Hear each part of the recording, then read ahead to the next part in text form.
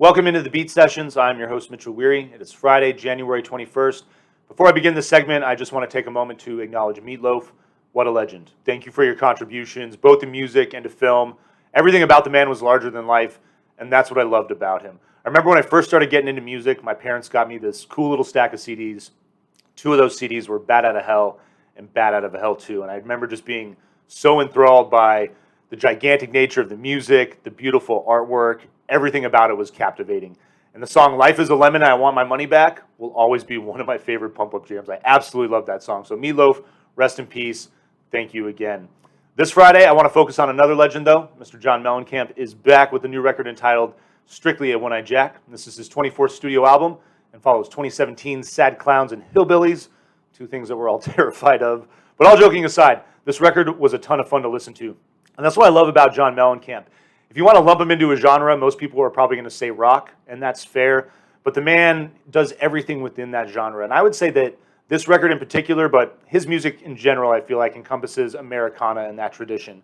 Folk, country, blues, rock, a lot of pop in his music, obviously, you know, of all of his big hits. Definitely a big influence there. But what I like about this record is he goes to a darker side. Bruce Springsteen is helping him out on this record. A lot of it reminds me of Ghost of Tom Joad.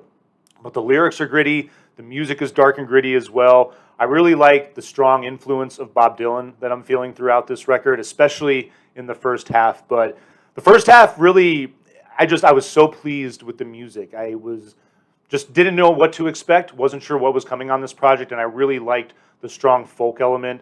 And again, I liked the kind of dark, gritty nature of the music as well. There's some bright moments on this record, some pop, some of that old school kind of John Cougarish sort of feel. But for the most part, I really like just the folkish country nature of this record. It starts off with I Always Lie to Strangers, this dark ballad that really sets the tone for the record. Love the fiddle on this particular song. It's got this nice country feel as well. Really an excellent way to kick this record off. Driving in the Rain, your second track, just beautiful, gentle folk influence on this record. Really a nice song. Probably one of my favorites on this thing. Leads into another one of my favorites. I'm a Man That Worries is your third song. Simple blues riff on this thing, but you got this stomping percussion, excellent fiddle, and it's just like the song just builds, and there's all these different elements that come in and out, these crescendos that build and then come back down. Really just an excellent track lyrically, structurally, a lot of wonderful things going on there. Streets of Galilee is your fourth song.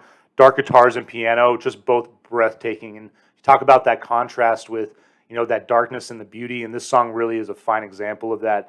Your fifth song, Sweet Honey Brown, really just like the percussion on this, just right in the rim of the snare, beautiful fiddle, and then this thing rocks, and it's got lots of good instrumentation, lots of good stuff to it. The first 5 songs on this record are just breathtaking and remarkable. I don't know if this is necessarily starter material for John Mellencamp, but any fan of John Mellencamp is going to absolutely love what he's doing on the beginning of this record. Your sixth song, Did You Say Such a Thing, is where we see Bruce Springsteen for the first time. And this is the first time that you get that poppy John Mellencamp sound. And it almost kind of feels out of place on this record. Honestly, I would say with the 49-minute runtime, this thing's probably going to be a 2 LP. I'm going to vinyl please it before I finish the review. I really liked this record a lot, but I would say you could axe that song, put this thing on one record, and this thing would have been damn near perfect. I would just argue that here right now, but for the most part, it's still a good track. I enjoyed it very much, and I love that Bruce Springsteen is on this record. Challenging John Mellencamp. He talked about how Bruce Springsteen just challenged him to be a better songwriter throughout the process of this record, and I think that's really cool. Your seventh song, Gone Too Soon. Nice piano ballad. Really like the classical pop feel of this track. It's well done. Your eighth song, Wasted Days. Get that Heartland rock feel. Nice accordion element to this track as well. And you get a lot of that on this album. The accordion is working very well on a lot of the songs on this record. And I'm really liking that influence. Your title track is your ninth song, Simply a One-Eyed Jack. It's back to that original feel. There's this moment in the middle of the record where it changes pace a little bit, but that title track gets us back to that country folk feel. Really like the bright guitars. There's an excellent fiddle in that track as well. Really felt that Bob Dylan influence on that particular track. Chasing Rainbows is your 10th track. This light poppy song. It's almost got this kind of like island feel. Definitely enjoyed the way that led into Lie to Me. Your penultimate track is giving you more of that John Mellencamp pop feel. Definitely a good rocking track. Nice uplifting song as far as the feel to it anyway. The lyrics not necessarily that case. But it's a great way to lead into your final track, A Life Full of Rain. Love the beautiful piano and accordion in the song.